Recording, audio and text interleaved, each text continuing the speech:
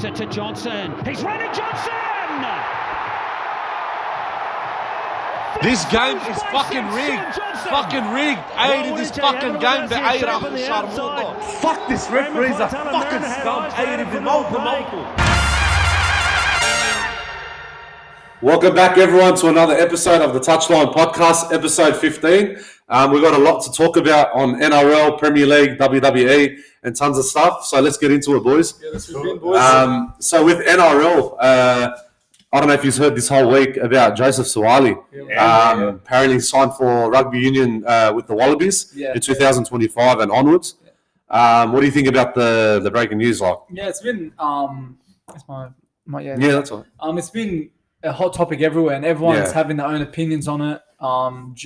James Graham did, Brandon Smith, just everyone's talking about it. It's on everyone's lips. And personally, for me, I think it's a good move. I think we shouldn't be angry that he's leaving rugby league for rugby union, because if you think about it, he was a rugby player at the start of his career, and then he came into rugby league. So I think everyone's agenda about, why is he leaving for money? Why is he going to rugby? Rugby league's better. Like, everyone's really having a cry about it. Even the CEO of NRL, Peter Vlandis, he had to say about it. He was saying that all these players that switch to rugby, they always come back to rugby league. So he's saying he can enjoy his time there, get his money, but he's going to be back soon. So personally, I think we shouldn't have a problem with it. He's going to rugby, and he'll probably be back eventually. Look, he probably will. He's got unneeded hate at the moment. You can't fault him. He's chasing the bag. Of course. At the end of the day, it's a business. Exactly. Whether you're playing rugby league, rugby union, UFC, any sport, it's a business. Now you got to think long term. So for him to be earning 1.6 million, good on him. If you want to leave, go. He's young. He has the energy, and also it's whatever makes him feel comfortable and where it leads to later on. But at the same time, he'll probably be back, like you said, when he comes back to rugby league. And even he's getting a lot of hate on the media as well, especially the mainstream media too. How they're talking a lot of shit. Is his name Blandis? Is that his name? He's probably pissed because, of course, he's a big player. Suaalii. Yeah, it is. He's got a big future in this league competition. He's young. He's still learning a lot. He's still developing, and for him to go to their rivals, rugby union, that's gonna improve their sport. Yeah, because they've got a world-class youngster in their team. But then again, their sport is not as mainstream as NRL. Yeah, so exactly. That's why they've signed to there's even an argument where like from the rugby union side of things, where they should have started developing the junior system and whatnot instead of spending 1.6 million. Because I think it's corrupted. Like, it's very bad, their system and how they. And even Gus has said. Yeah, he actually said on Monday night. Just to change a bit of on the same topic. He said, if he wants to go, let him go now. Yeah, that's what I was going to say, because Gus was saying on Monday night, he just said, just let him go straight away, but he can't because he still has his contract. 2 years he could still win a premiership with. Of course, I agree what Gus could said. About letting him go straight away. He's under contract. I just feel all these the media, even these footy panelists, the experts as well. I think they're a bit cut in a way. I don't know for what reason why. Like, he's 19, he's going to be leaving the NRL at the age of 21, joined at the age of 22. Now, they're thinking about the rugby league, but he's thinking about himself as well. Like, 1.6 million is such a big offer, and now he can set up himself, his family. So it's a big stepping stone for him as a player and as a person as well. Of course. So I think no one should be angry with it. I think everyone should be just praising him, enjoy the next 2 years we have of him, and then wish him all the best. And it was he probably watched like rugby union as a kid, so maybe he wants to continue that dream. Pursue that dream. The way he started as a kid, now he wants to continue as well. Of course, he got selected for Origin last year, just on the 18th man, or I think the 20th man. But do you think now, with all that happening, do you think he's going to get the call? I think that's going to affect him. Yeah, I don't think he'll get caught up. Look, I'll be honest, you know what? I think maybe if he gets selected to play for New South Wales, I don't know. It's a big question mark, man. Yeah, Nobody knows. I don't know if Brad Fittler's going to give him that phone call. I don't think he will. I doubt it. I don't think so. Because we got top players in the New South Wales squad, especially now. Yeah. They'll be like, what's the use? Yeah, exactly. He's leaving because he was there last year and then he wasted his time. Vandy's will probably told Brad Fittler don't pick him. Yeah, exactly. Because after he signed with rugby union. So do you think after everything that's happening now, Suaalii getting criticised for his move, do you think he's going to say, you know what, stuff this, I'm going to leave early? If he continues to get hate from the outsiders, even like inside Roosters, like already Brendan Smith is already He already started talking about it. I know that's I'm not saying. Brendan Smith, Smith, like it's a joke. If you didn't hear what he said, Yeah. he goes because he's New Zealand. Of course, when it comes to sport, he doesn't like Australia and the Wallabies and all that. So he goes, they're paying 1.6 million for someone that's not going to help them beat. That's what I'm saying. Joseph Suaalii is Samoan, you know that. Yeah, but he's going to pay for it. But that's what I'm saying. Yeah. If Suaalii, if he continues to get hate from the outsiders in the Then he's gonna leave, he's going to say, you know what, I'm going to make him even more cunt and leave straight away. Yeah, Or that could want happen. to play his best footy. Yes, Yeah, it's exactly. going to impact him. It could Whether affect him he this season. whether he plays in rugby league and if he leaves early, goes to rugby, it's going to affect him. So I think now he's just got to stay strong. I think the Roosters got to support him and just allow him to finish his contract like smoothly without any problems happening. Exactly. But speaking about Origin, if he's going to get selected or not, Origin is around almost there. It's almost coming to game one. Very soon. Nico Hynes, as we saw against the Dragons, he played brilliant. Three try assists, 2 line break assists. So he's phenomenal. So now with Panthers now struggling, do you think that Nico Hynes should force Luai out of the squad? 100%. I don't think Luai should. Yeah, it might happen. Yeah, it might happen. I think Luai for me is overrated. He's an Origin player because in a way that he gets under people's skins, brings all the energy. That's what you need for Origin. But if you bring back talent and who's going to help the team win, Nico Hynes has to get it. Imagine Nico Hynes and Cleary would be. That'd be well. I think it would be a good combat. Yeah. Like if you were to say like a year, 2 years ago, you would be like, no way, But I feel it's in the realm of possibilities. Yeah. And I feel Nico Hynes could. I honestly think that it won't happen. I think Luai will still get that 5'8" position. Panthers chemistry. Exactly, Hynes will play number 14 jersey. But I think that's a good shout. And to put Hynes in the 5'8" especially because Panthers aren't playing the best, so it could lead Brad Phillips to say, look, I got Nico Hynes who's playing very good. I got the Sharks who are playing very good footy. So he might say, you know what, let me try something new. Just change that number 6 and get Nico Hynes. And I think I would be 100% for it. Try it game one. Look, just try it out, see what happens.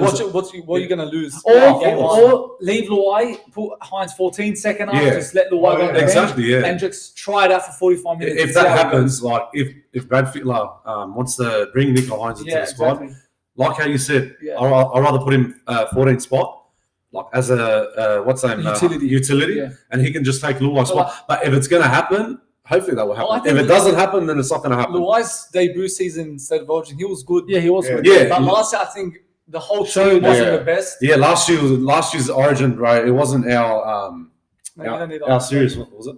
No, just the same. Yeah, that's right. Yeah, but I'm saying about our season last year in Origin wasn't the best. Yeah. I think after that game that stuffed us. Yeah, that's why Queensland they were too strong. I'm hearing a lot of stuff about who? Adesanya might not even get selected again this time. Really? I'm hearing who's going to be the winger. I've heard that, Because like how they're going to pair Toto on one side. Big height difference with Adesanya. I've been hearing around the news that Adesanya he might. Look, to be honest, he did nothing last year. No, he was actually good. He was good, but it wasn't a game changer. It wasn't affect him at all. That's what we were saying. We were saying, why you just need Adesanya. Adesanya a game changer. Because remember when Queensland made that break? I don't know what game it was, and then we say, imagine Adesanya was there, he'd stop him. Adekanya's a must. Now he's scoring a try every week. I think he only missed, especially after his performance. Exactly. In the World Cup. He killed it. 5 tries. It was a 4-5 tries when he. Something like that. That was 5 tries. That was massive. I think Brad Phillips is going to be forced to pick him because he's not going to have any choice. There's no chance. If he doesn't, he silenced the critics. He silenced all the haters. He's proved why he should be in that squad. And I think if you don't put him, there's something wrong with it. But I'd rather bring him and Latrell Mitchell. Latrell Mitchell brings that aggression too. Latrell's back. He's back now. Yeah. But I don't even know where Burden's going to be. I think Burden. It's Queensland. It's going to be a bit tricky this year. To be honest, I think there's full of surprises. The way Burden started, I think he might not get game one. Yeah. Because you got Turbo, Latrell Mitchell back. He might come into the squad, maybe at least in the camp part of it.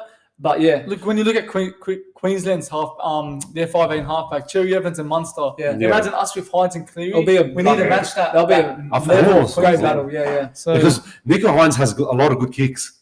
He has a lot of good kicks every time. Like from the 40-meter line to the 50-meter line. But he always he has that quick speed. He has the kicks. Does everything. You know what I mean? We need to bring him in the Origin. But you know what, man? I want to see Payne Haas, bro. Payne Haas to be selected. He stepped up this year. Yeah, he has stepped up big time this year, man. I think he's proved a lot. Few minor adjustments, but then I think it should be good. Of course. Boys, and got some breaking news. Clint Gutherson. What is it? Parramatta don't want to. They're looking to sign another fullback. This is actually frustrating for It is Parramatta. frustrating for me, and for even me. Like, I'm not a Para fan, but we're not either. But you look at it, he's probably one of their best players. Of course, man. Really, who they're going to get in the market? Like, I've heard, I think they're looking at what's his name, Jaden Campbell from Titans. I think he's like linked to. He's good. I like him. Yeah, but still young. But still, think of it. Guthers has now had that grand final experience. Campbell's very young still. Yeah. I think they said that they want to get him and leave him on the bench, just get him easy into the squad and just slowly get into it. But Gutherson, man, like, surely, like, he keeps that fullback spot because he loves the club too. Like, he does. He loves the passion of it, but he doesn't want to leave. But I don't know, man. It's so frustrating. How could you let a fullback go for no reason? Because he's leading the team too. He's helping out. Captain. He's the captain too. He's leading the players and he's helping them out. And the club's not helping him enough. So it makes no sense. That team won't work well without him. You know what I mean? Yeah. He's like the glue that holds them all together. Of course. Like they want an X Factor player. That's really what they want. Yeah. Who's going to be the next X Factor? Who's going to be? To be fair, Guthrie doesn't have the X Factor. Exactly. But there's no one on the market. Exactly. And then again, it's so hard right now. Who's going to get on the market? There's no one. But still, everyone has signed new deals. Gutherson does try. He does get involved in the play. Gets defensive attributes. He's a good player, and I think it was Willie Mason that was saying it, or no, Paul Gunn, and he goes, he doesn't go in the top tier of the best fullbacks, but he's in the second tier. He's a solid fullback, and he's that type of fullback that is not. It doesn't have the X Factor, but can still play a game of footy and still sort a crucial part of it. Sort of like a Dylan Edwards. Dylan Edwards isn't an X Factor, but he's such a. He sort of is, you know. And don't forget, he's won a lot of games through his defensive attributes. He has so many try savers last season that won him the game. And that's something that could cost them if they were to move him. And he played really good last year. Clint Gutherson as well. He did, the whole year, he impressed me a lot too. I think this year has been pretty decent. He's got a few assists and tries. Because they've been up and down in this last couple of weeks with the losses. I think he said. I think he's going to move to centers. Do you think so? I think or he might go somewhere else. You don't know. I think this year, if they're going to get a fullback immediately, I think they'll get a center. But I don't know, man. I don't think he should be playing center, bro. It's not his position. He should stay in his same position. But if he wants to go somewhere else, you know what? There's another option. He can go Super League. Would you take him at the Dogs? Seeming that we need a fullback? No. At the moment, we're still all right. To be honest, Hayes Perm's playing not too bad. He's not like the best average player, but he's not. He's still consistent a bit. Look, do you think so? I think. Look, the way Eels fans rate him. Yeah. I personally think he's overrated. The way they hype him, but he's a good player. That's all I can say. He's a good player, and I think the Bulldogs. If we were to get him, I think we'd be missing a fullback. Of course. But he does make those line breaks. Exactly. He has that bit of lacking.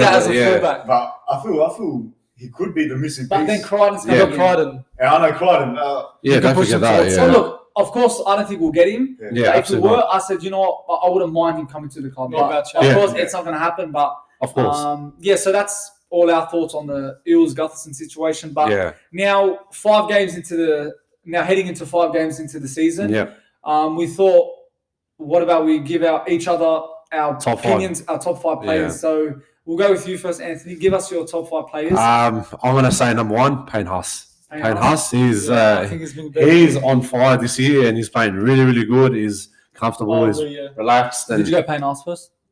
You went Jacob so what about second? So I got Jacob Kiraz second. He's playing phenomenal, man, this year. He's actually stepped up to his game, putting heaps of tries the last 5 games. He's playing really good. Reid Marnie. Yeah, he's been solid. He's playing really solid this year, as playing as a hooker. Yeah. Adam Reynolds from Brisbane Broncos. He's playing really good too. I'm actually impressed with him. Yeah. And Sean Johnson. New Zealand Warriors. Right. Since his return from New Zealand Warriors, he's playing really good, man. That's my top 5. Yeah. How are you, Shops? So for number 1, I went Jacob Kiraz. Yeah. He's been just phenomenal. Every time I watch him, he brings so much to the way we play, offloads, meters. He has the whole package. So I think it's been one of the best plays so far this season. There's also, I put number 2 Hammer.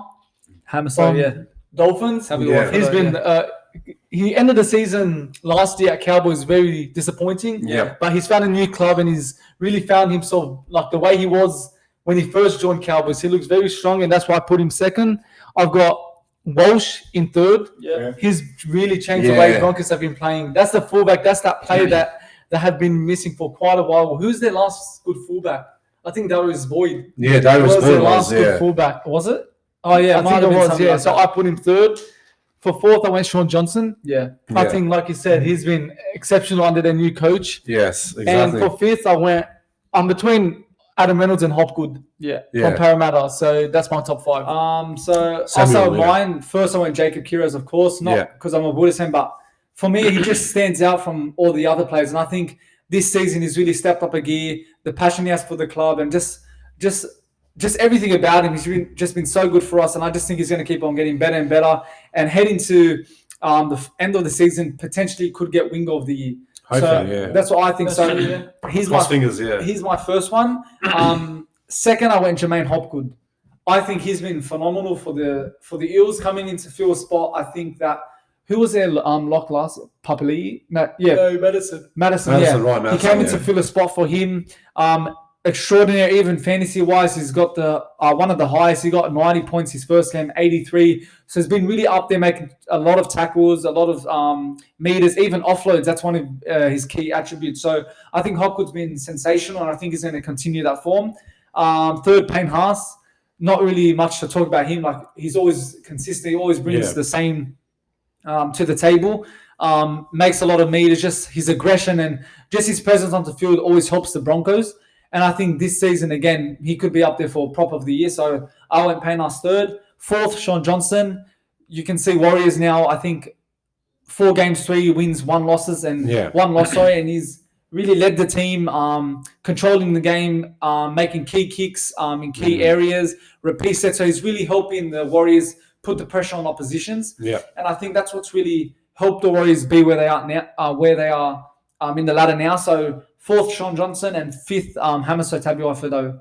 I think Wayne Bennett's really helped him and revitalized his career. I think at Cowboys, you can see he's slowly fading out because Scott Drinkwater came in, so he really didn't have enough game time. But we knew Hamiso had that potential. So I think he's really shown what he can do, and that's why I've put him in the top 5.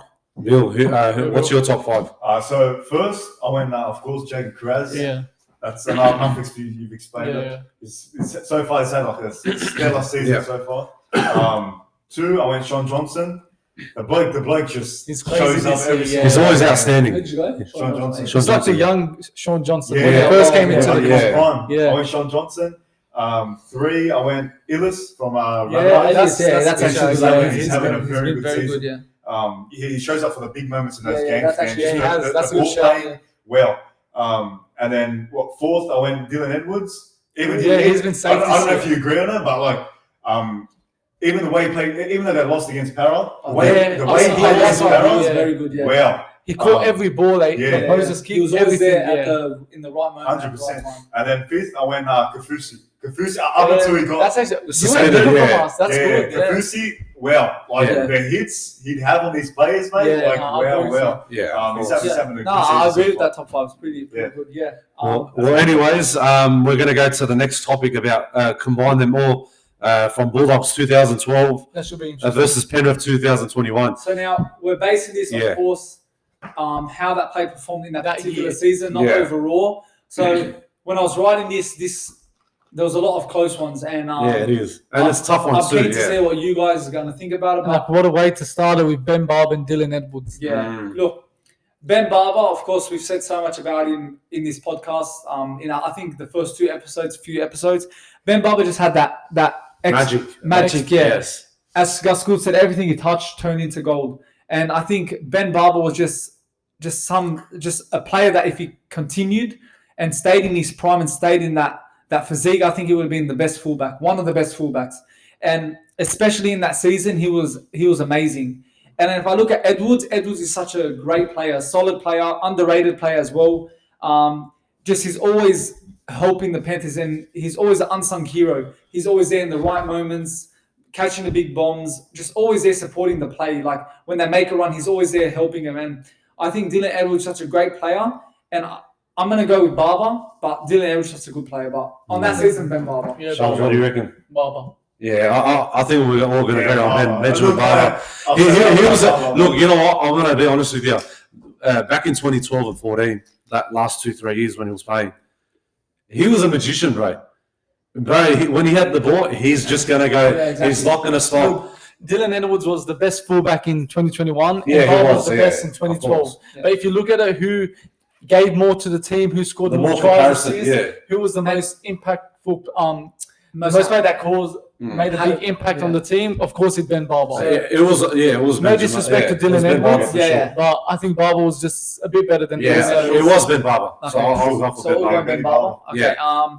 Next one, Anthony. I'll go with you first. Sam Periera or Stephen Crichton? Mate, that's a tricky one, right? That is so tricky this one because I know Stephen Crichton's coming into the Dogs, which we understand that. Right, and he's played phenomenal too the last couple of years. But Sam Periera, he's achieved a lot. But Sam Periera, he played consistent. He played like his own. His own. He was always quiet. Yeah, he was always quiet, but he never showed his face that much when he was playing the ball. But Stephen Crichton actually impressed me a lot the last 2-3 years. Like Stephen Crichton. No, but honestly, Stephen Crichton, he impressed me a lot the last 3 years. So if you were to say Sam Periera 2012, Crichton the 2021 season. Look, my gut feeling is Stephen Crichton. Yeah, I think Stephen Crichton is the big game player. Sam Periera was that winger, just stayed on the wing most of the time. But Crichton also, he's also speaking about this season. That season particularly, he was extraordinary. I think that's when people started to know who Stephen Crichton was, and you can see now it's developed as the seasons went by. Yeah, most clutchiest player ever. He's performed in the big games, grand final intercept. He scored in last year's grand final. So Stephen Crichton was more involved in the game. Yeah, he was. Stephen Crichton for me. Look, Sam Periera has achieved a lot in his career, but if you're basing on that season, I think Stephen Crichton has to be up there. Sam Periera was good in that season. He was. Yeah, he was. Like try scoring. He came halfway in. Yeah. He actually. So maybe it was to come into a new team. I think round 15 and to really do that good, he's done a very good job. But Crichton is the answer. Yeah, Crichton. How about you, Bill? Yeah, I'm going Crichton. Steve Crichton. Okay. The next one will go Kristen Inu versus Paul Morovsky. Morovsky, sorry. Who do you think? I don't know. I feel Kristen Inu. Me too. Yeah, I actually enjoyed him. Quite a bit. Yeah, I actually really enjoyed him when he was playing back in the days. The Dogs. He played. Not to diss Paul Morovsky, but Kristen Inu, man, he was good. It was just enjoyable, the game, and he had more of an effect. Yeah, he's more bigger. He'd make those tackle bars. He'd go through players. So I think Inu had more to offer than Paul Morovsky. I think Morovsky was a bit more quiet, and I don't think he had a massive impact on the team. And that's why I think they let him go. And Inu did have quite an impact on the team. And Inu did stay. Inu did stay to 2013 as well, and I think 14 a bit. So for me, I'm gonna say Inu. And this is the toughest one I think out of all of them. Yeah, this is the biggest. Josh Morris or Matt Burton. I can't decide on this. We're talking about impact. Josh Morris. Yeah, you got to say Josh Morris. Matt Burton in 20 games, 17 tries. Was that, I think, top 3 try scorer, top 5, Matt Burton. But Josh Morris was there. Josh Morris was the best centre right there. He was.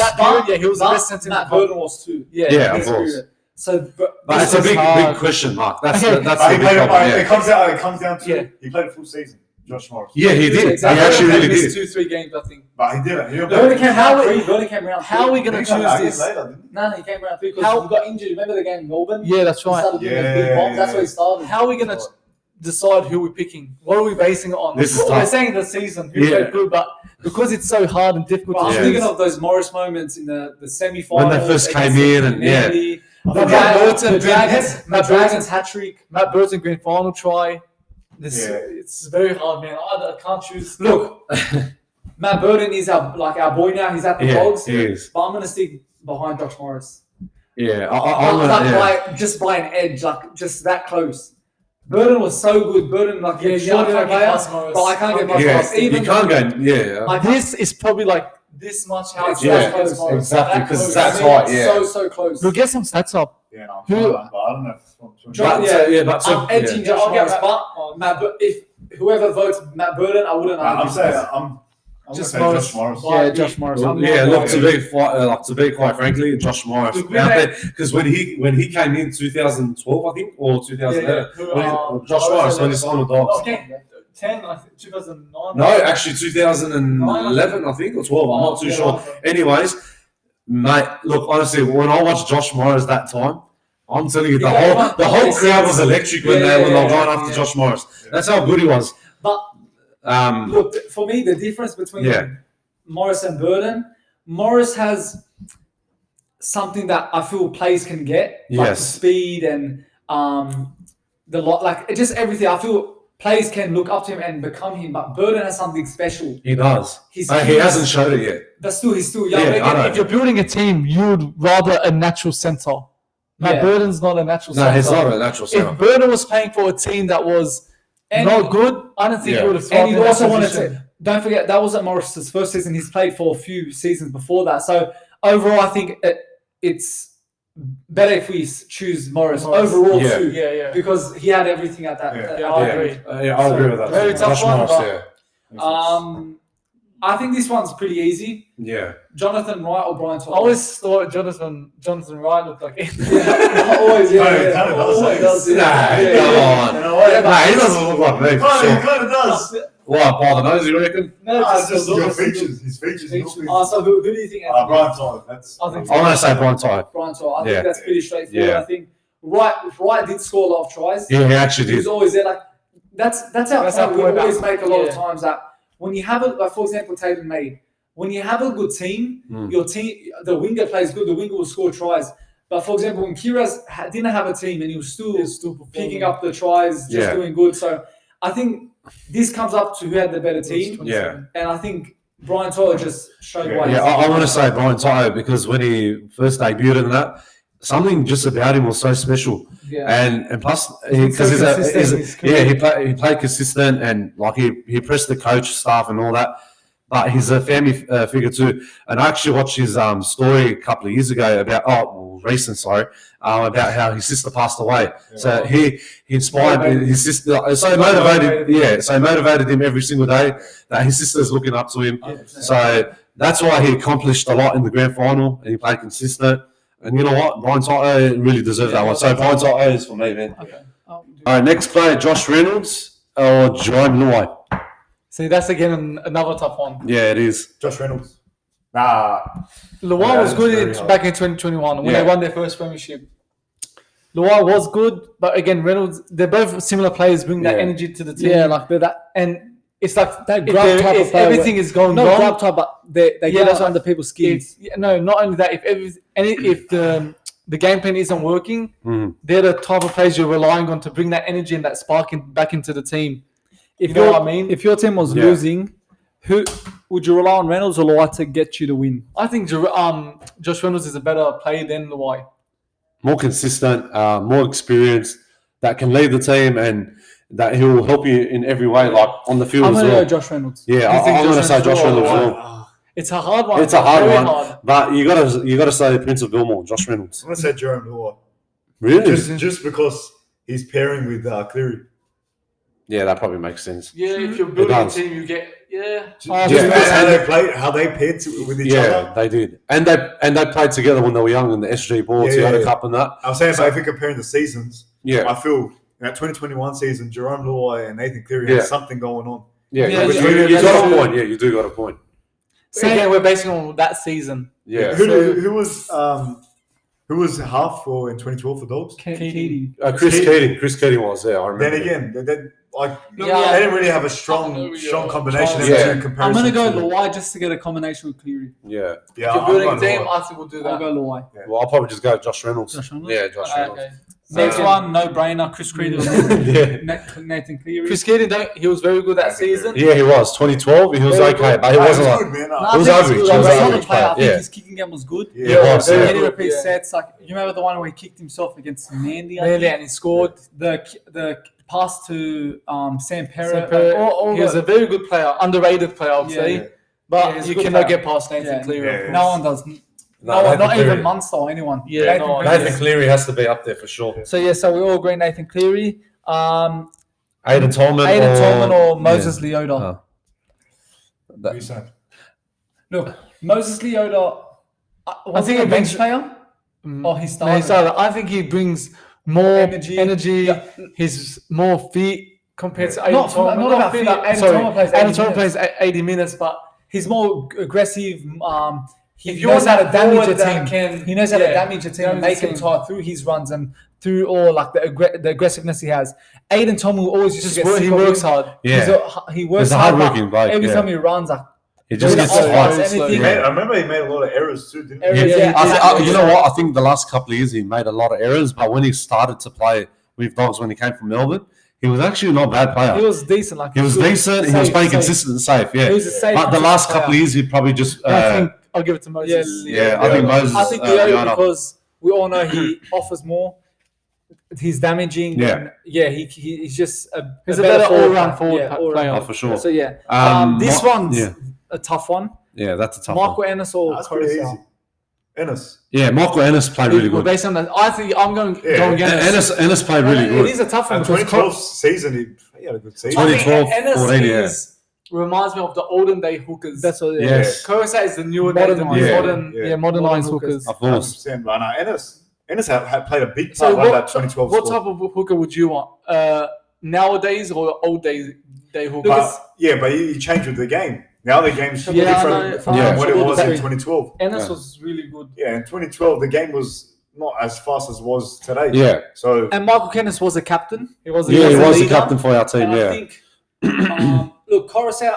This is very hard 50-50. I feel this because centers are still the same in games. 5'8" is still the game, but hookers have changed over the years. Yeah. And I think it's a very tough one to say. Tough one to pick because do you want an attacking hooker, skillful hooker, or hard worker, who still has those sort of skills to be the hooker he was. Like he was, and Ennis was one of the best experience in that time. Yeah. So you're saying for 2023 you pick Coruscant, but if you're saying overall better in that season, it has to be Michael Ennis. Yeah.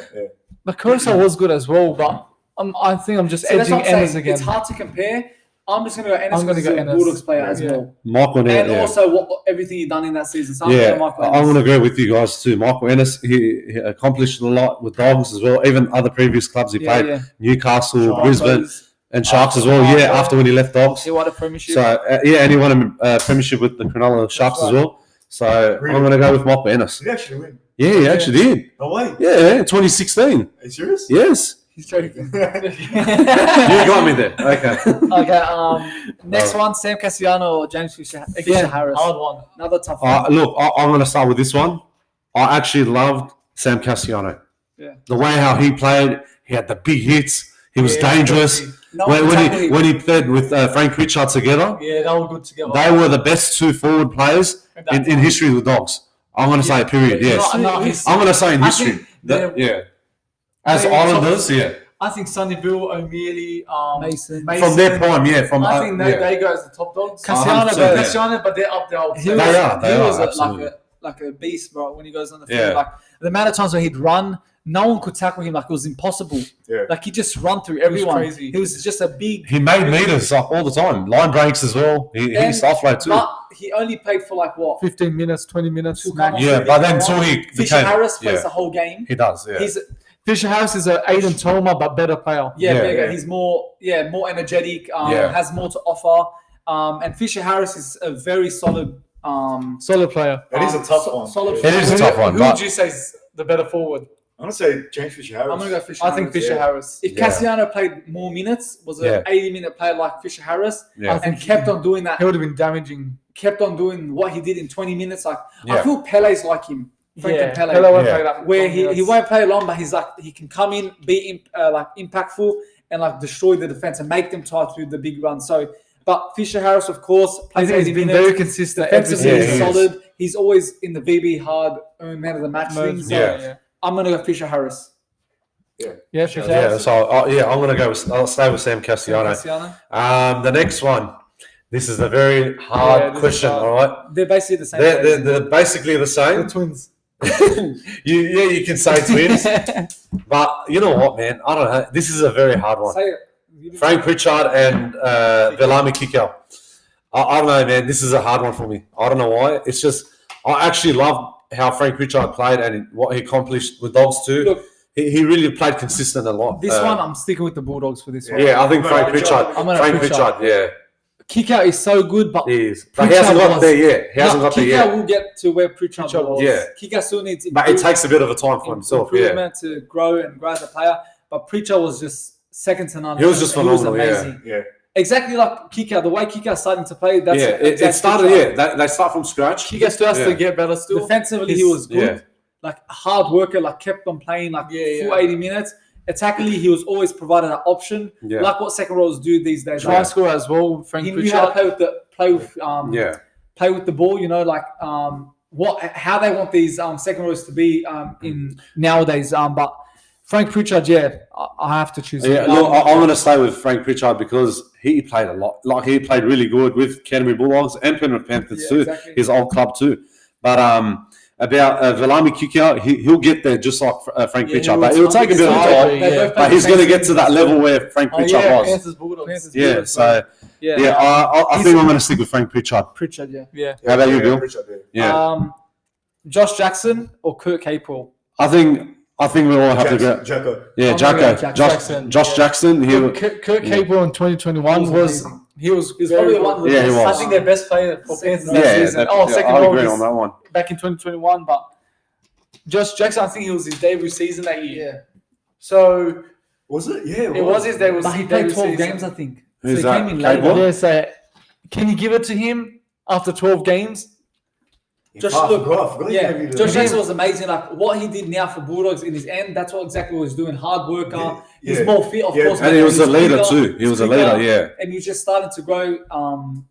Look, I'm going to change it. I'm going to go Capewell.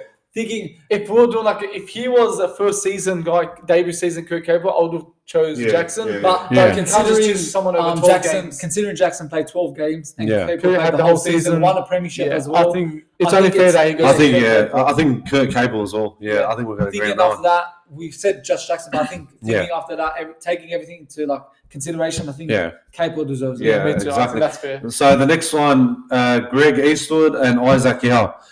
I think Isaac Yao, man. I love the way how he plays natural. He plays so natural, man. He is.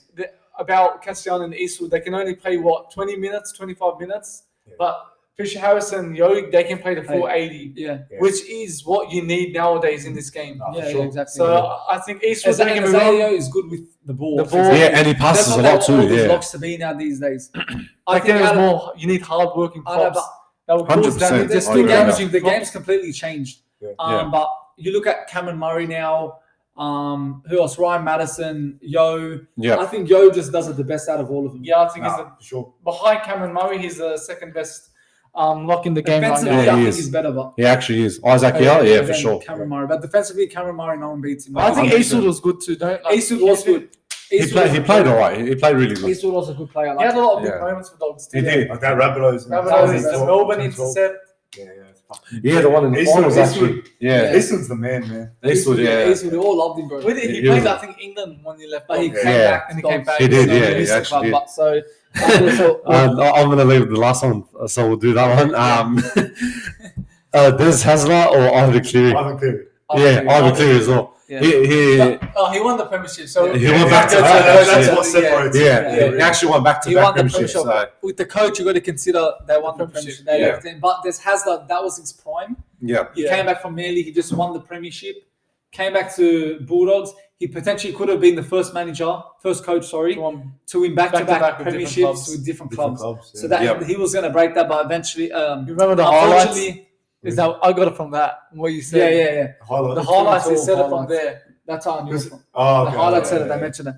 But unfortunately, he couldn't. Then we made it 2014. He couldn't as well. So, Ivan Cleary, of course. Sabotage the club. I won't go back into that.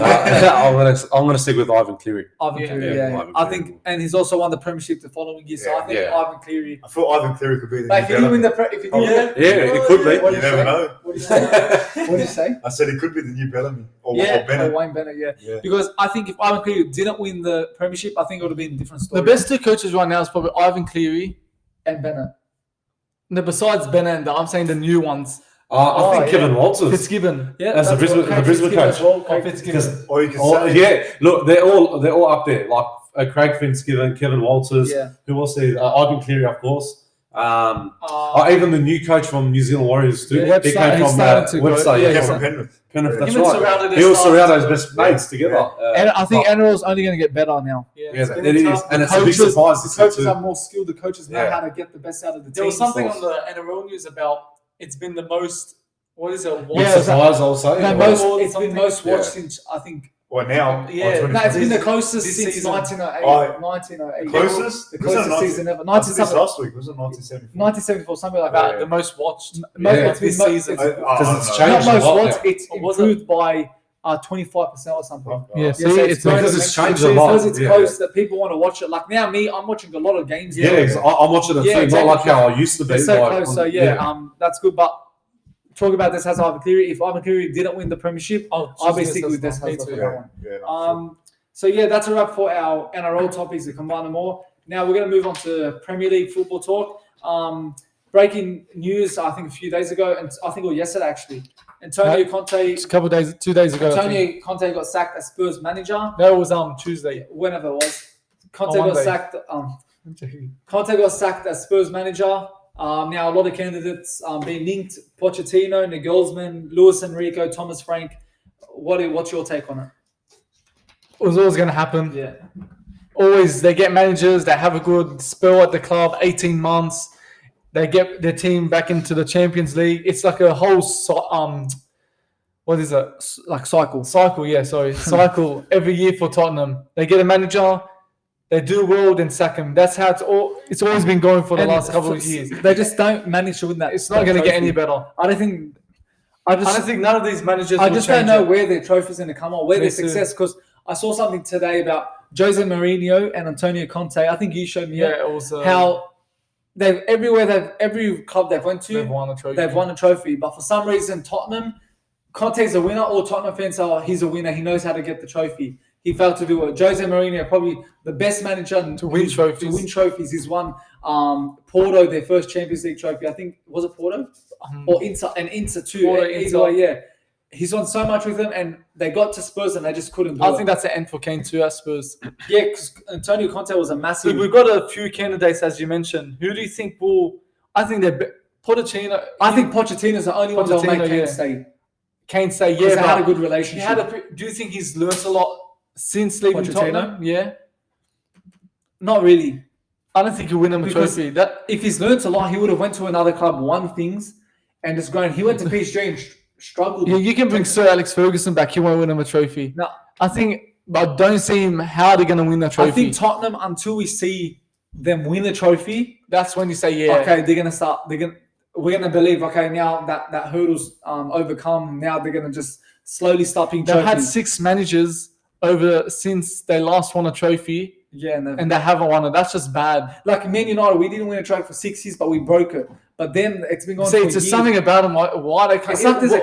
I think it's probably the board. If you look at it, maybe they need to change because they've got all these managers. Yeah. Yes, they're signing players, but they're not signing players that the managers want. Because I was going to say they signed so many players this season. Perisic, Richarlison, yeah, they're good players, but maybe you look at it. Do you think Conte really wanted them? From the start. Yeah. Maybe, maybe not. Yeah. So I'm starting to question. Maybe it's maybe he should just the board. Yeah, the board. Not Danny Levy. Allow the managers sign the players they want. Yeah. Maybe because Conte's a big manager. When he joins a club, he wants money immediately to sign the players he wants. Yeah. They were linked with Dumfries. I'm pretty sure they didn't get him. They were linked with a number of big players, and they failed to get. I think I'm starting to question the board. Yeah, it could be the board because right now there's no answer for Spurs, and I think it can't be the players. It can't be the. It can, but. Unless the bigger picture is the board. Yeah. Or it's just a Spursy thing to do. Yeah, I just don't know. Like Spurs fans, it's going to be tough for them now. I think it's going to be a long time since, even after this, they're going to feel like just down and just not looking forward to any games anymore until they see light at the end of the tunnel, to see hope some manager does something to their squad. Because if you think about it, Pochettino's the only one that allowed them to play attacking football. They probably played their best football under him. So Jose and Conte were quite negative way they played. Anti-football, especially Conte was terrible. But To be honest, Nagelsmann is exciting. Like, he's a young manager. He's new into the scene. So I think he'll be a great opponent. I honestly think... But personally, get Pochettino I think they need an experienced manager. Pochettino. They've been there. They've done that. Luis Enrique too. But will Luis Enrique go? I think he's a coach that's very stubborn. Yeah, he is. Like, he wants to Thomas join... Frank, what he's done at Brentford. We signed Arteta. I think that's a risk. We signed Arteta. Look at Potter at Chelsea. It didn't work out. I think Spurs are not a big club, so he can do well. Oh yeah. So personally, I think either Nagelsmann or Pochettino should get the job. Yes, I agree with you. Yep. So I think this happened a week, but we haven't got the chance to speak about it. Mesut Ozil retired. I think it was last week. Had an extraordinary career. Won a World Cup, FA Cups. Didn't win the Premier League, but he also won trophies with Real Madrid. Is he the best midfielder to go down in history, but in his prime? So basically on his prime? Because I don't think maybe overall there's a few. I think the best ever midfielder in his prime is Zidane. Yeah. I think no one will ever beat him. I think Ozil goes top 3 in his prime. There's no number 10s right now nowadays that is like a Mesut Ozil. That natural number 10 just sits there and he does all the creativity. I think Odegaard reminds me of him a bit, but he's that type of player that works hard. He brings energy to the side. Ozil was always a bit of... Ozil was a scapegoat. He was always scapegoated. Yeah. If we lose a game or Ozil's fault, Ozil this, that. Ronaldo never worked hard. Yeah. Messi never works hard. He never tracks back to defend. They're just always focused on the attacking side of the game. So I think Ozil in his prime, I agree he was the best. Behind Zidane. Look, you look at those moments and the creativity he brought for all the teams he played for. The vision, I think he had probably the best vision. I think the best vision ever in world football. I think we mentioned back early on in our podcast that ball he did for Nacho Monreal. The player was not even in the screen. Yeah. No, not once, twice. Twice. It happened a number of times where he crosses the ball, the player's not in the picture, comes in and scores. Like, his vision was second to none. Like, absolutely, like, phenomenal. Like, he's a great player. Great player. And as we said, most hated player, I'd say. Yeah, like, he's won so many trophies. Got Germany to a World Cup. And talking about the World Cup, we look at KDB, the generational squad that Belgium had. He failed to bring them to the World Cup glory. So, do you think Ozil is better than KDB in his prime? Because KDB, of course, I think more. If you look overall, probably you could say KDB because a bit. Ozil faded out at the end, but KDB is still relevant. Yeah, but I think it's Ozil faded out because he had problems off the pitch with that Turkey and Germany incident. Yeah. He had manager problems. So I think that major problems too. Yeah, that had a major impact in the way he played.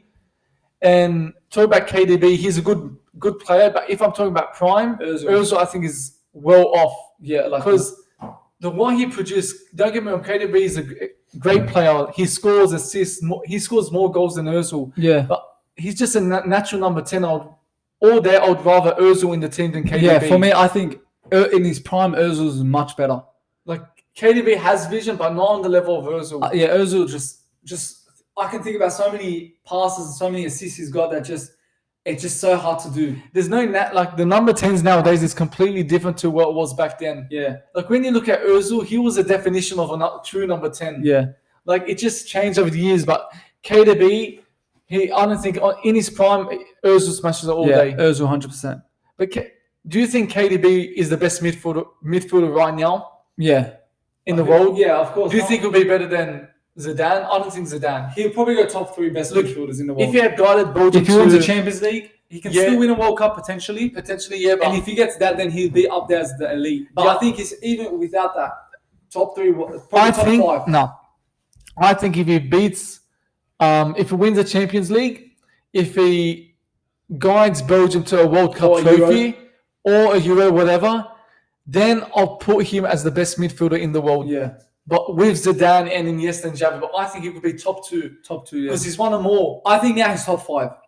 Right now, top 5. But if he can win those trophies in the bag, in his trophy cabinet, I think he'll be there as one of the best to do in football. Yeah, we wish Ozil all the best for his future. So glad, I growed up watching him. Watched him, especially as an Arsenal fan. So wish him all the best. and hopefully he has something planned along the line in the future. Finally, before we wrap up this Premier League talk, who wins the battle this week, Manchester City or Liverpool? Personally, I think City will win it comfortably. Yeah, I'm putting a big win for Man City. I think Haaland's back in form. He looks very scary. I think he's got a groin injury. I'm not sure if he's recovered. He'll manage it. But we've mentioned this multiple times on this the podcast about the inconsistency from Liverpool.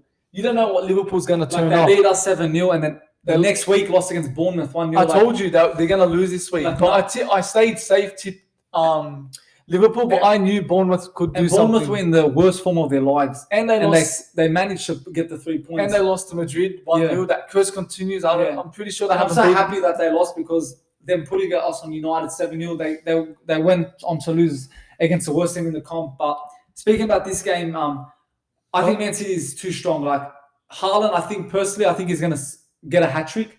I think it's going to be like 4-1 City.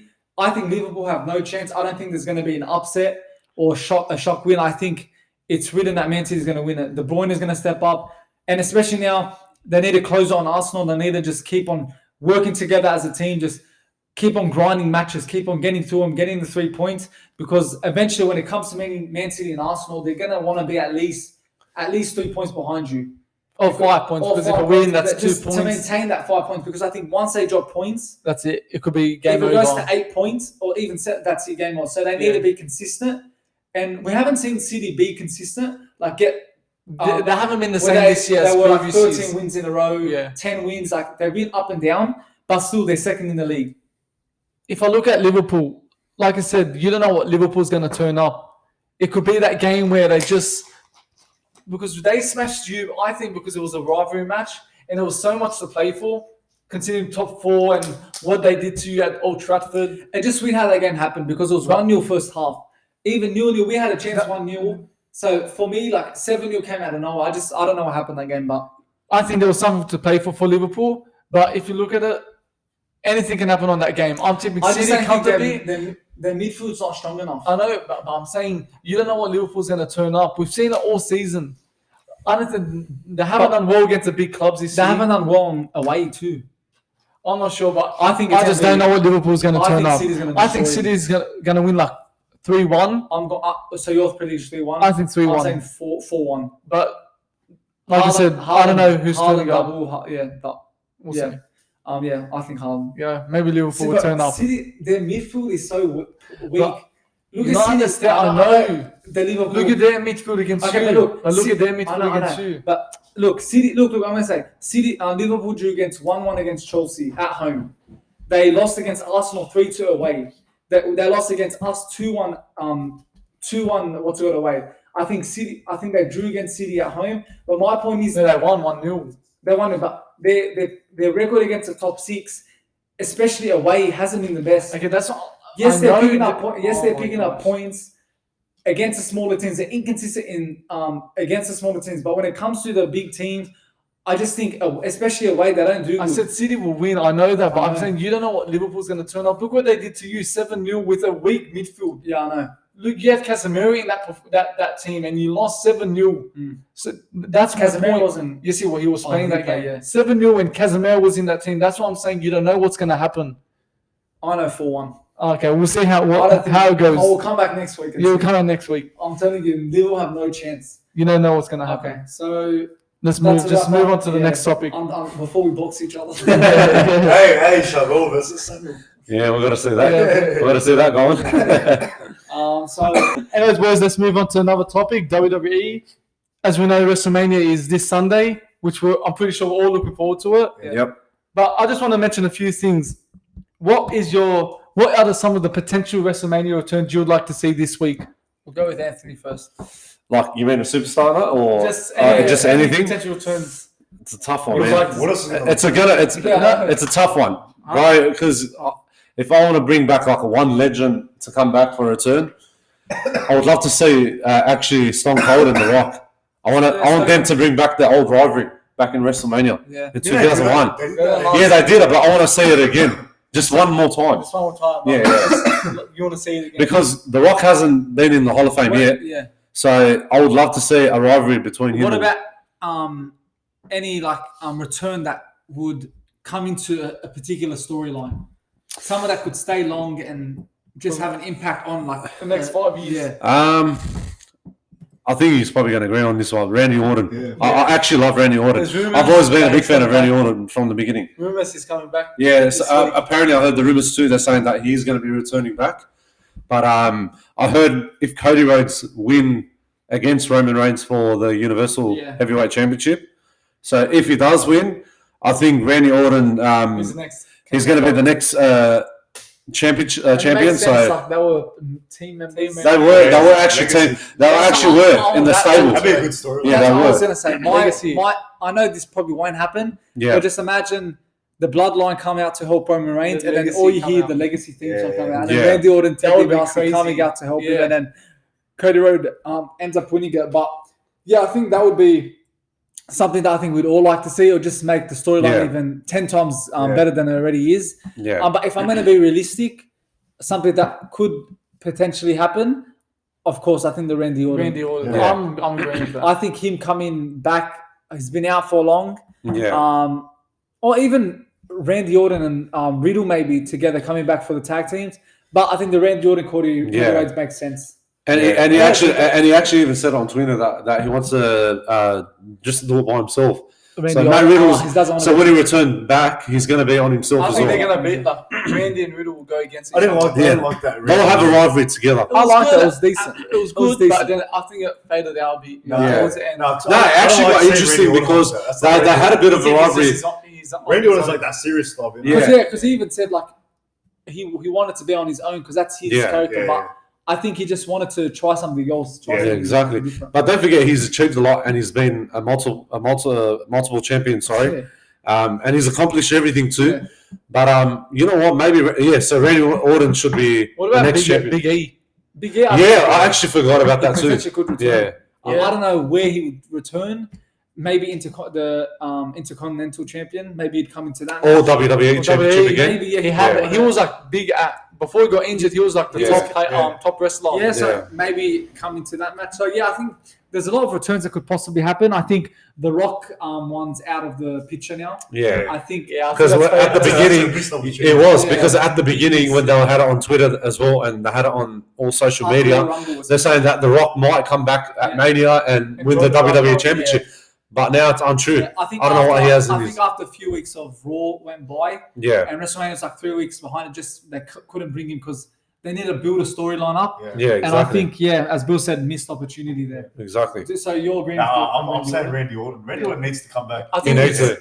That storyline is perfect. It is. That legacy, Cody Rhodes was a nobody back in legacy days. Yeah. Now he's a somebody. He's got the belt. Yeah. Now Randy Orton's challenging for the belt. Maybe Randy Orton will come, shake his hand, pretend congrats. Yeah, but then RKO. So I like about him because I love when he's a heel turn. Yeah, heel. Randy Orton. It suits him so perfect. It's like Randy Orton. From back in the Randy Orton's heel. John Cena's the baby face. Randy Orton does not suit babyface. No, absolutely not. But I like the way how Randy Orton's a heel turn because I remember the rivalries against Undertaker back in the days, in 05 and 07. Yeah. That was the best 2 years, and he actually built the character for himself, and Undertaker helped him out behind the scenes for his character to be more stronger as a heel turn. Randy Orton is a lot. I think his wife even mentioned that, and even some of the wrestlers. I was watching an interview saying he's very short-tempered and he gets angry quickly. Yeah, so that's why it gives him that he can just express himself. That heel face just makes him better because that's who he is. Yeah. I think he's going to come as a heel when he comes. I think he will. But then after that, maybe after a few years later, he'll probably retire and then he'll compete for the belt, Roman's other belt. It's for both belts. No, but isn't it? It's for both belts because So this is what's happening. So they're gonna separate. Look, that's what Triple H just said. So I saw it this week. They said if Cody Rhodes win the Universal Heavyweight Championship, Triple H said that Cody Rhodes will take the WWE Championship, but Cody Rhodes is going to design his own style of his championship.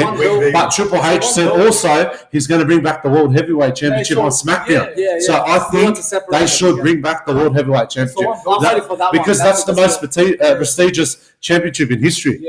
So it looks good on TV. It does. Whoever holds it, they just look good. Right, remember all the legends that used to hold the titles, like Rey Mysterio, Mark Henry, Big Show, Undertaker, Batista. So they're bringing back the Eagle one? No, they're bringing back the World Heavyweight Championship, but Cody Rhodes is actually doing the customized, the Eagle one, for himself, So wait, so if Cody Rhodes wins, he's not getting 2 belts? No, one belt. He wins the 2 belts, but the next day on Monday Night Raw, he's going to actually present, reveal the custom title. Exactly, So that's why Triple H wants him to reveal it, and then he'll bring back the second title back to SmackDown. So like when Brock won John Cena's belt. Yeah, that's right. So it's going to be like that. But that World Heavyweight Championship that time, back in, what was that, 2014? No, not 2014, 2013. Yeah, so that's why they're going to bring back the World Heavyweight. Yeah. So do you reckon they should bring back the World Heavyweight Championship? I actually love that. That was my favorite belt. That was the most prestigious championship in history, and they actually should have kept that longer, even from what was it, from 2014 to 2015 when they gave it when Daniel Bryan had it. But they didn't leave it with them the whole time. You know what I mean? If Vince McMahon was in charge, he would. So I don't know. Continuing talking about returns. Yeah. What is the greatest WWE return ever in the history of WWE? Honorable mentions. You got John Cena 2008. That's the one. Yeah. I remember that one. You got the most recent Edge in 2020, was it? Yeah. I said Brock Lesnar 2012. Yeah, I actually wrote that down. So speaking of that, so that's when Cena lost against The Rock after Mania. Yeah, that's when Brock Lesnar returned. Not really the greatest, but no, you know what? Actually, everyone was loving Brock Lesnar. My one was in 2011 Monday Night Raw. I went completely dark.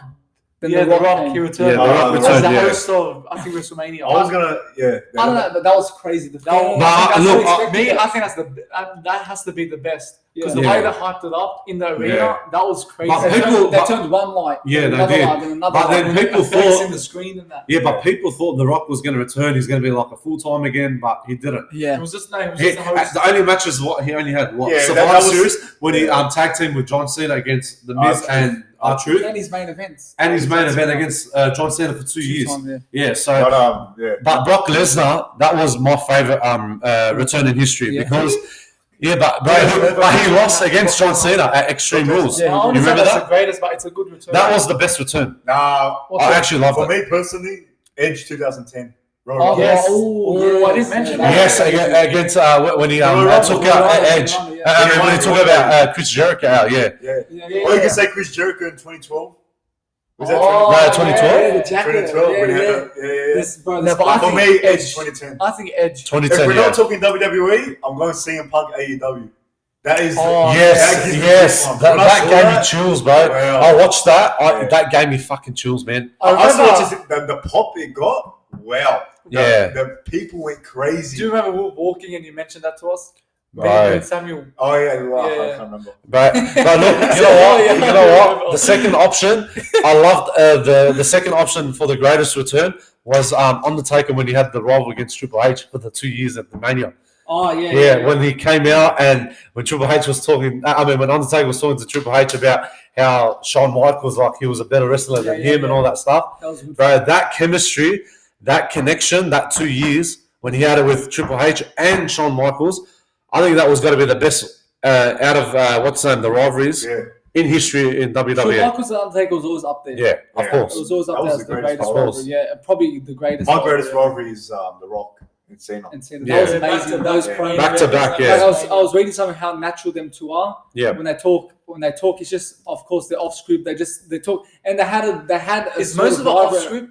Or is it they genuinely hated each other. Yeah, they actually do. Yeah, they didn't like each other. But they walk backstage and they wouldn't speak to each other. They go into separate rooms.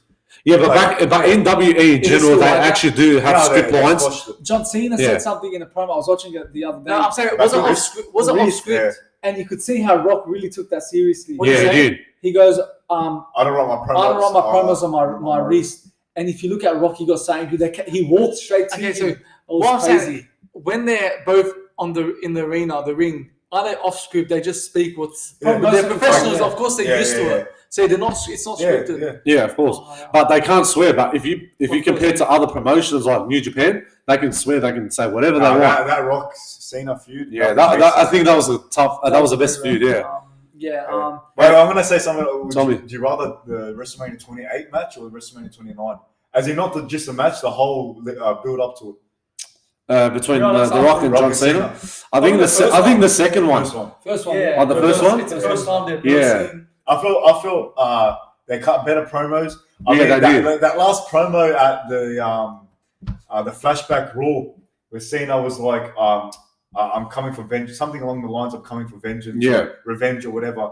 Remember that Raw where they went back old school? Even when he was the Thugonomics, John Cena. No, it wasn't that one. It was back in 2012. Yes. Yeah, but I'm saying it wasn't that promo. There's that one promo before WrestleMania 29, Golden. That was when they went at each other. Yeah, 2012 when they were the first. But yeah, I remember that Thugonomics one. He was good at it. I think John Cena should have brought it back from years ago, man. I loved his character when he was. He brought it back a few years ago. Yeah, he did. Yeah. Well, anyways, another question: Who deserves? What were you saying? Oh, what is it? What was it? You just said about Cena and Rock. And The Rock. Promo. The 1 week before the Mania when it was big. Oh, okay. Yeah, it was 1 week before Mania. Yeah. Well, anyways, boys, who deserves to be the Universal WWE Champion apart from Cody Rhodes and Roman Reigns? Who do you reckon? At this time right now, I'm gonna say it again. I think Seth Rollins deserves it. You reckon? I think it's the character he played. Nah. Not character, but I just feel he needs a big belt again. I reckon he's accomplished. I feel the serious Seth Rollins has to be. The serious. But look, I reckon he's accomplished so much because he's won the Universal. He's won the WWE Heavyweight Championship, Intercontinental, United States Tag Team. He's a Grand Slam champion. So I don't think he should go for it again, but I don't know, man. It's a tough one.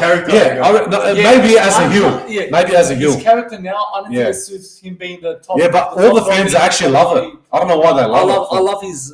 I like his theme song when he comes out, but I don't like his gimmick of laughing a lot and just mucking around. It never suited him. Never. His character now suits this sort of level. Yeah. But if he wants to compete with Roman, Cody Rhodes, he needs to change his character. Like you said. Yeah. So I think who do you think, apart from Cody Rhodes, Roman Reigns, who do you feel deserves to be champion? Right now, it's so tough. There's so many underdogs there. I think Sheamus maybe soon. I think Sheamus been a champion before, but I don't know, man. It's a tough one at the moment. Look, there's a lot up there. I would say, I think I probably said it a few weeks back. Ricochet. Oh yeah, you did say Ricochet. I reckon Ricochet could be up there to be a champion. I don't mind that. But I wouldn't mind Solo Sikoa because Solo Sikoa. So no, you said it right. Yeah, I actually did say it right. Yeah. No, I actually love about him because. So you reckon he'll take it off? It's either Ricochet or Solo Sikoa. I don't know, but I think Ricochet, man, because he has that high flying ability. And I think Sami Zayn. Yes. Oh my god. And you know what's funny? You know, I don't know if anyone noticed it. He's actually an Arab too, so he's actually from Syria, but he's from Canada. But his nationality is Syria, so he could be the first Arab WWE champion. He's never won it.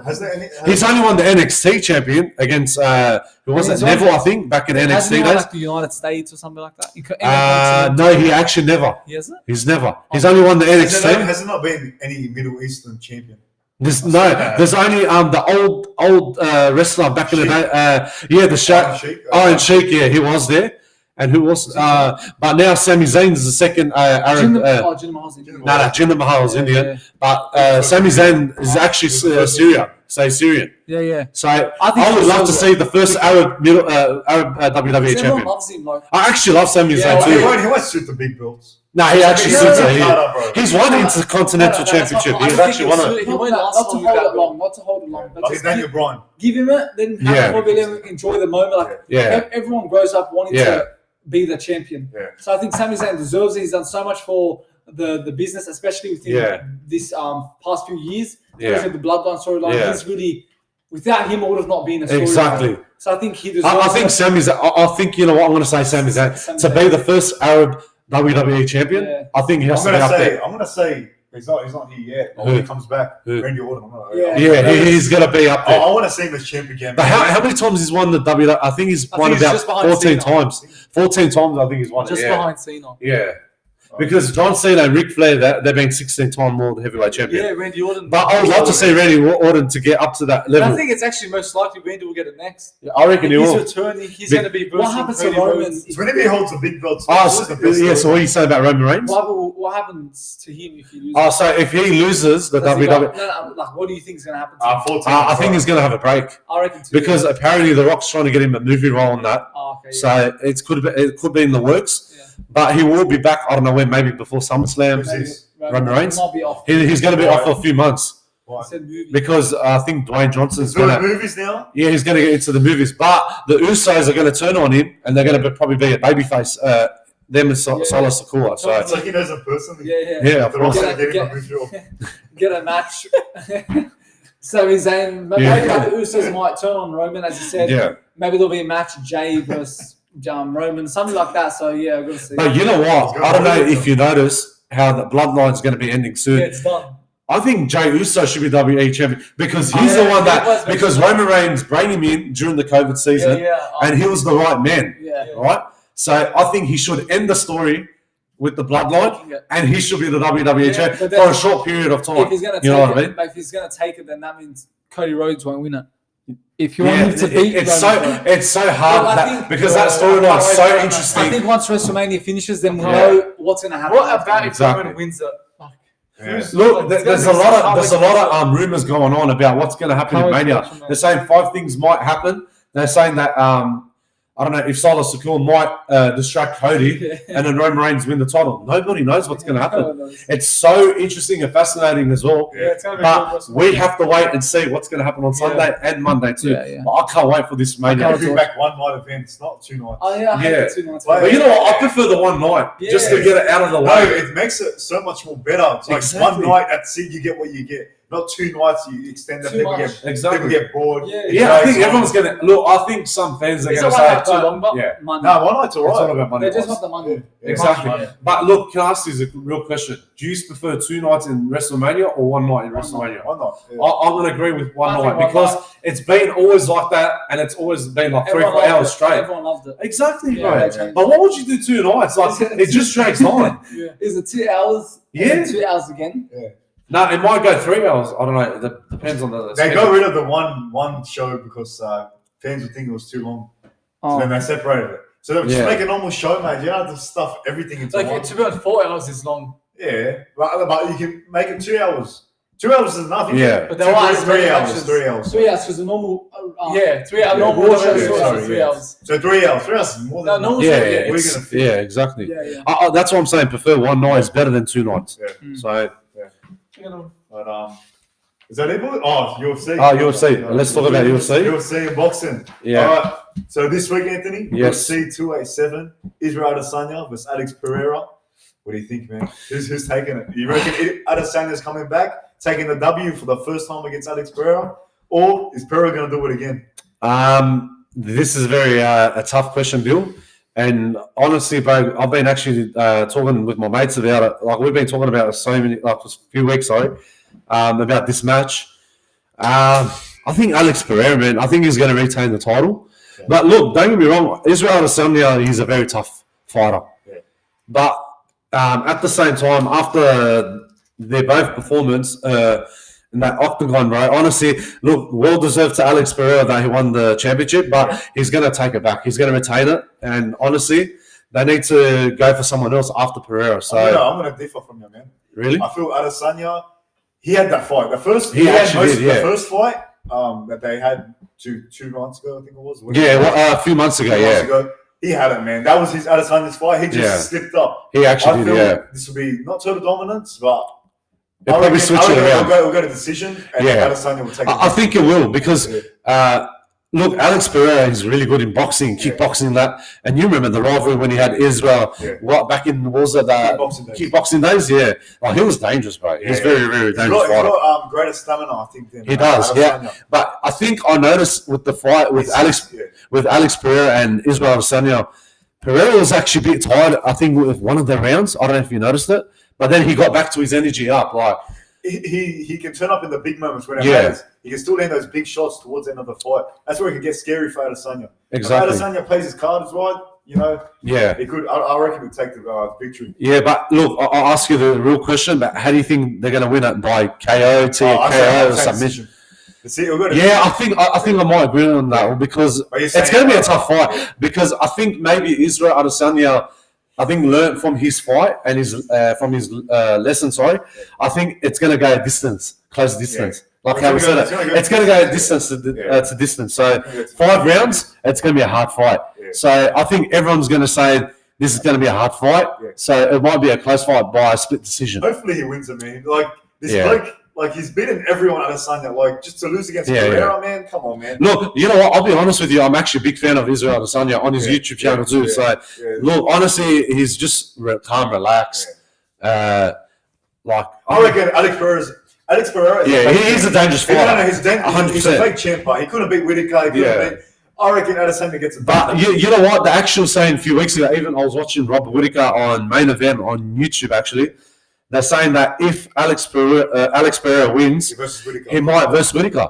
So Robert Whittaker's saying that he might be next for the middleweight championship.